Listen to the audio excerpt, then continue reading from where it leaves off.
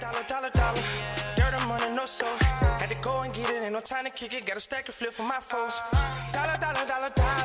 Please tell me you can hear me. Don't turn your back and don't neglect me. Just let me know if you need me. Dollar. Let me watch out for my partners. Keep my money long, get my team strong. Let me run away from my problems. Yep, what's good, original crew, man? We're back today, man. We got another Mr. Ballin' for y'all today. Today's Mr. Ballin'. Strange things rich old men do with their money. AKA the Stray King. The Stray Cat King. But if you just had a plethora of money, Cee, what would I don't know what I'd do with it. I honestly don't. You screw it off like a lot of... No, I wouldn't do that. A lot of people do, though, when you just got, like... What we like to call... We call it the F you money. Where basically you just got so much money, you could tell somebody, like, F you. No. No. You'll make Be for real. You'll purchase something that a lot of people like. That's nice, but that's a lot of money. You get what I'm saying? I don't know what I'd do with it, but I don't think I'd just like. Cause like I'll say it like this, like a Bugatti, right?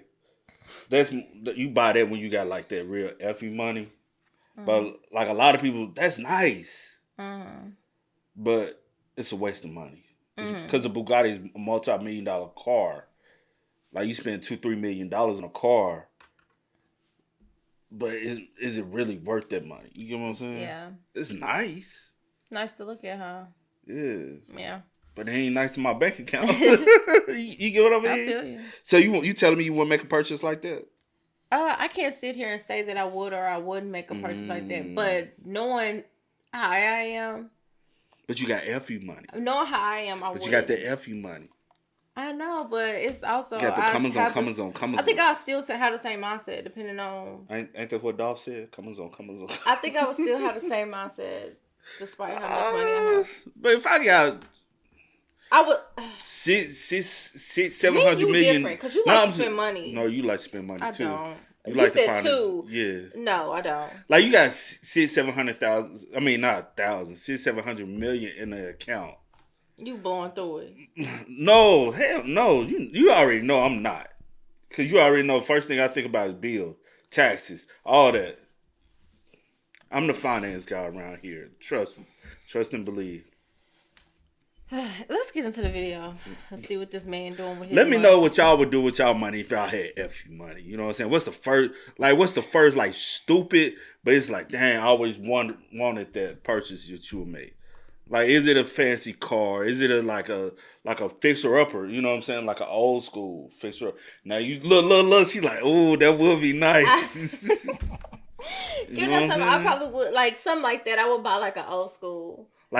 Fix and like a big massive like home. this vision that I have in my head of what I would do with like an old school car. Some people would buy a yacht. I won't buy a yacht. I ain't fascinated with that. Make sure y'all check out the links in the description box. Down below. You already know where to go if you want to first part. You gotta do it. Check out down below. Also, if you enjoyed today's visuals, like it with a thumbs up. Sorry for the long intro, man. Sometimes we just be like everything ain't popcorn. Just trying to have fun, man. Hopefully y'all can enjoy it, man. But let's go. Let's check it out. Let's see what it's about. You ready? Yeah, I'm ready. Let's get it.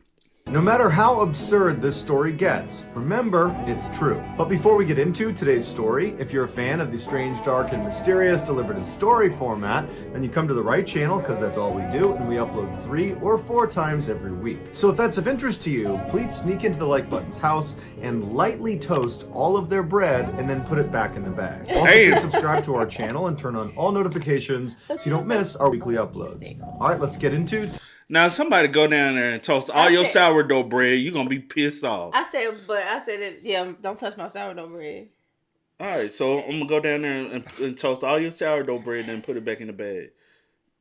You're going to be pissed off. Yeah. All right. I didn't say I wouldn't be pissed. I said that wouldn't be so bad. And then I said, well, then it'll be a little stale.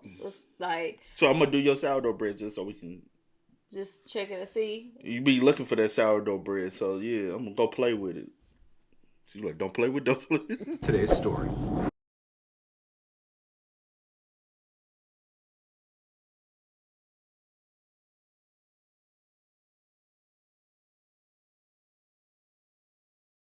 the winter of 1748, Timothy Dexter was born in a town just north of Boston, Massachusetts called Malden. Despite being incredibly dim-witted, Timothy always believed he was going to strike it rich one day. But looking around at his family, who were a bunch of poor farm laborers, Timothy realized he would need to make some big moves if he wanted that dream to become a reality. When he was just 8 years old, he decided he would make the first of his many big moves. And this move was to drop out of second grade and go to work on a farm and then on to a leather tannery. For years, he worked hard, earning more money than his family had ever made, but he knew this line of work was not going to make him rich. And so when he was 19 years old, he decided it was time to make yet another big move. He sold his best suit and used the money to relocate farther north to another Massachusetts town called Newburyport. He believed with their booming economy, he was bound to make some additional money there. And he was right, but his payday would not come from a higher paying job. When he arrived there, he met a lonely, wealthy widow named Elizabeth Frothingham, and he promptly married her, becoming rich overnight. After moving into her mansion and... You see how some people get rich, y'all? Hey, I wonder if she's older than him. Hey, sometimes, hey, fellas. He did say she was older than he. Hold on. There. And he was right, but his payday would not come from a higher paying job. When he arrived there, he met a lonely, wealthy widow named Elizabeth Frothingham. I thought when I heard widow, I don't know why I thought like, but it's giving me she older though. Cause he's 19. You know what I'm saying? Like, fellas, it's giving me older. Fellas, sometimes, you know, the way to come into wealth, you gotta use. It's giving me elderly. You gotta use what God already blessed you with. You gotta put certain pride to the side and use what God already blessed you with. What He bless you with? I'm done. I am so done. I'm just saying though, all the hard work in the world sometimes just don't pay off. You gonna always work for somebody. He's a hard worker, so he put that hard work to better use. He worked hard in another way. He made sure he worked her out. And he promptly married her, becoming rich overnight. After moving into her mansion and dubbing himself Lord Timothy Dexter, he suddenly felt lost. He had spent his entire life pursuing wealth, and now that he suddenly had it, he didn't know what to do with it. And so he looked around Newburyport at the other rich people and saw what they were doing, and he found that many of them held political positions. And so Timothy decided he would run for office too. But unfortunately, the voters caught on to the fact that he was a second grade dropout who couldn't read or write or think critically, so he didn't win the election. But instead of accepting his defeat, Timothy began petitioning the town to let him have his political office anyways. And the town said, no, that's not how democracy works. But Timothy didn't really understand, and he just continued to send these carefully outlined petitions explaining exactly why they needed to appoint him. The town had to bring in experts that were able to decipher what he wrote, because Timothy was deeply illiterate, and his petitions were so riddled with spelling mistakes and were so confusing that at first glance it looked like it was written in a foreign language. See, quit looking at me, because I already know what's in your mind. We're around each other 24/7, y'all. I know what she's thinking. You don't have to say. I'm just saying, by the glance of your eye, you be cracking me up. And were so confusing that at first glance it looked like it was written in a foreign language. After they deciphered them, they would immediately deny them, but Timothy just continued to send them. And so finally the town got so fed up with all of his petitions that they decided they would just give him a fake political title just to get him to stop and to low-key humiliate him. They offered him the title of the Informer of Deer, and they told him his job was to look high and low all over Newburyport for any signs of deer activity.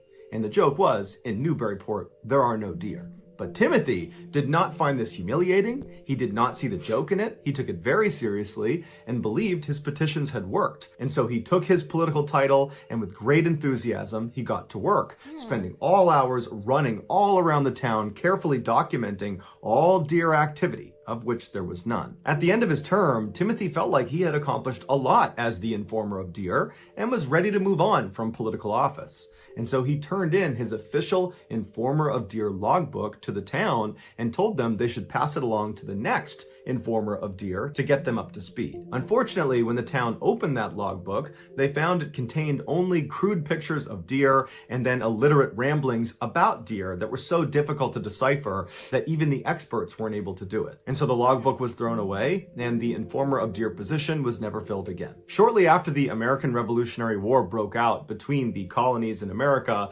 and Great Britain, America began printing their own money to pay for their troops. But this money, called the Continental Dollar, it wasn't backed by silver or gold. It was just backed on the promise of future value if America won the war. That, combined with overprinting this money, led to rampant inflation, and very quickly the Continental Dollar was worthless. Some of the wealthy folk in Newburyport decided they would do the troops a favor, who were now destitute because they held all of this worthless currency. And these wealthy people offered to buy all of their Continental currency for a fraction of the price, which was better than nothing. When Timothy saw all these rich people doing that, he quickly jumped on the trend. But he didn't view this as doing a favor for these troops that needed the money. He viewed this as a great investment opportunity. He believed America was going to win this war and that eventually this currency was going to have lots of value.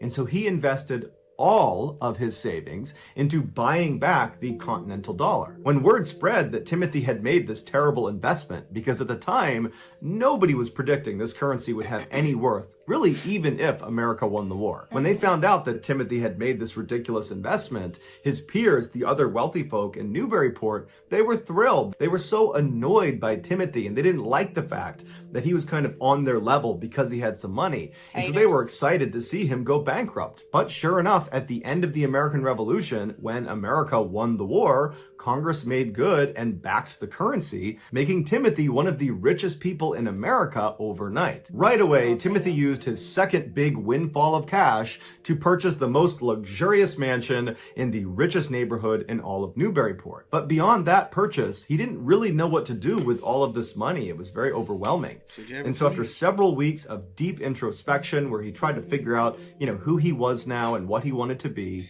it suddenly became clear to him.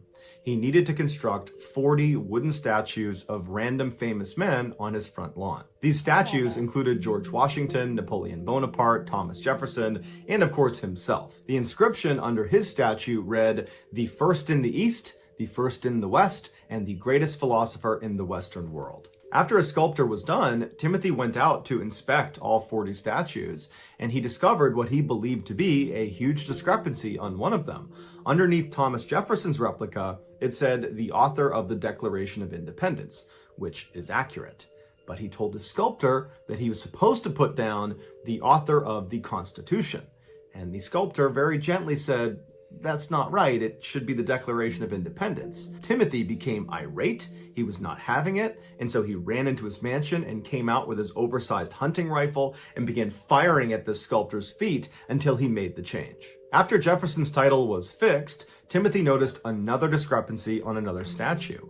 He walked over to the George Washington replica and looked underneath it at the inscription, which said George Washington. And Timothy just shook his head, got out a paintbrush, covered it up, and wrote one word: Pitt. Just Pitt. Because periodically Timothy would confuse George Washington's name with Pitt, and nobody could convince him otherwise. By now, the other wealthy folk... Keep in mind, he can't read, write. He only got a second grade education. And barely got that because he dropped out in the second grade. So, See, chill. keep that in mind. See, chill. I'm being so serious. Chill. That's what he said. But you cracking... I'm not. You're cracking me up. I ain't cracking you up. But yeah. All right. In Newburyport had really grown to resent Timothy. And now he was just showing off his wealth with his totally ridiculous mansion and all of his statues. And so some of these aristocrats wanted to find a way to just ruin Timothy. And so knowing he was not a very bright man, they decided they would start giving him deliberately terrible investment tips. The first being that he should buy a whole bunch of warming pans and send them to the Caribbean. A warming pan is like this big frying pan that you load up with hot coals and you slide under your bed to stay warm at night. This works really well in a cold environment like Newburyport, but is completely worthless in a warm tropical environment like the Caribbean. But Timothy believed he was being given some great insider trading information and absolutely took this to the bank. and he went and bought 2 ships, and he loaded them up with 40,000 of these huge warming pans, and he fired them off to the Caribbean. And when they got there, the locals didn't know what they were or what they were for, but they found these warming pans served as great ladles for molasses. Okay. And they all sold out for a huge profit. Come on! And so Timothy went to those aristocrats and he thanked them for their incredible investment tip. These rich people were furious that their plan had backfired, and so they decided they would pitch him another, even worse investment tip that was bound to ruin him.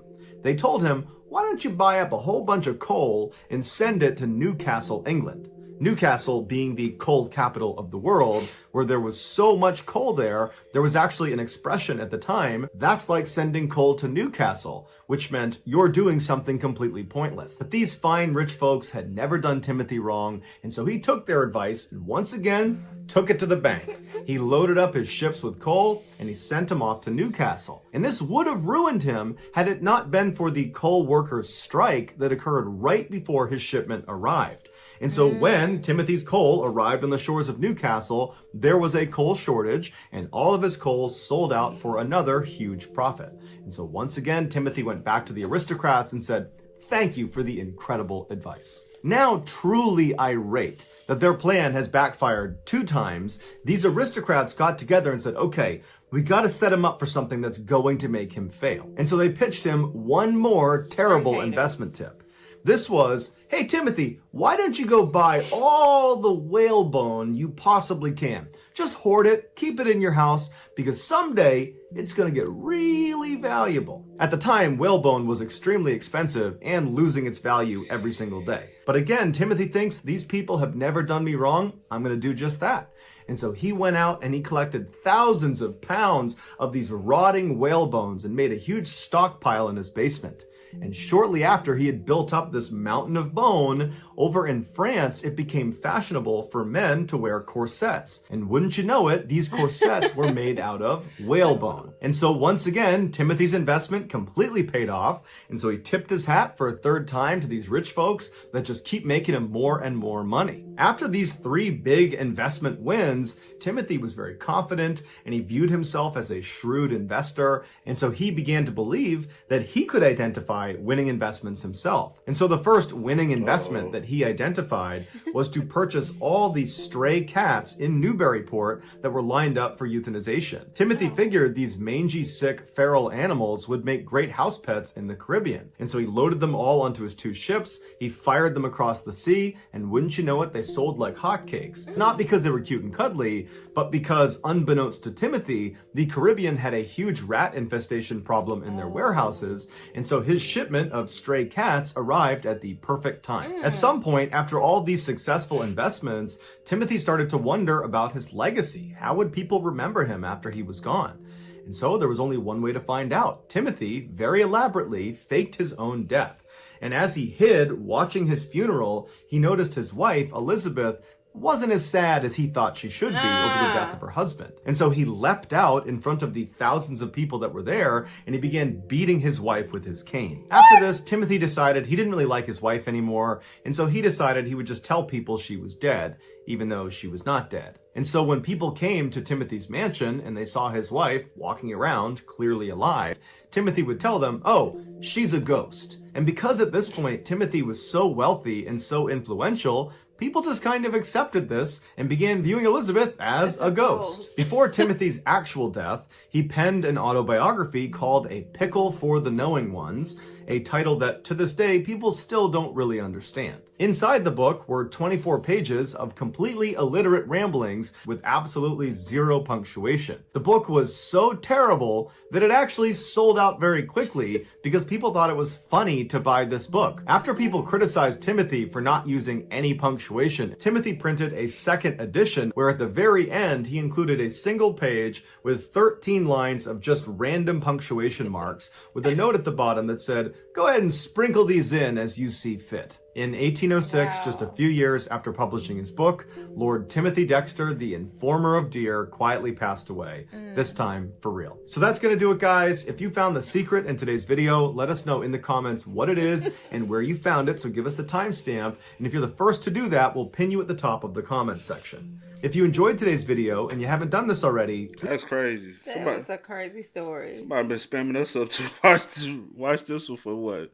2-3 years now? They was praying on Timothy downfall. Boy. And every time. Alright. Oh, man. Y'all spam us up in the comments, man. Please do. Let us know what y'all think about it, man. Hey, sometimes, you just gotta take that. I wonder if you could, like, find the book. I just want to see it. Like, if I could just see it. No, I'm like... Yeah. Just, like, the punctuation and all that. Like online, like a digital copy or something. Yeah, I guess. Oh, yeah. I was trying to, like... Yeah. But anyway, sorry. You can wrap it up. Y'all spam us up, man. Let us... Hey, y'all got some weird... Hey, I would love to be Tim, dog. Made me rich. So did Tim's wife pass before or after him? Because I wonder, like, his wealth, like, who did they go to? Because he ain't say nothing about no kids, now. Right. I'm looking today. Yeah, he's like, I gotta look into him. Shit. I knew Tim back then. I mean, I wasn't born. I wish I was the ancestor. You know what I'm saying? I know. I don't wish that. I'm saying legacy. You never know. Shit. Black man walking around here. He said he an ancestor of what's Thomas Jefferson? Was it Thomas Jefferson? Somebody. You remember? You know what I'm talking about? I about? think I know what you're talking about. The black man who was like, yeah. Some of y'all black people walking around. I ain't got no white in me. Yeah, you do. Come on, let's wrap it up. Yeah, your great. See, I'm too black for that. Boy, come on, let's wrap it up. I'm too black for that, man. But y'all spam us up in the comments. Let us know y'all thoughts down below. But until next time, y'all know how it go, man.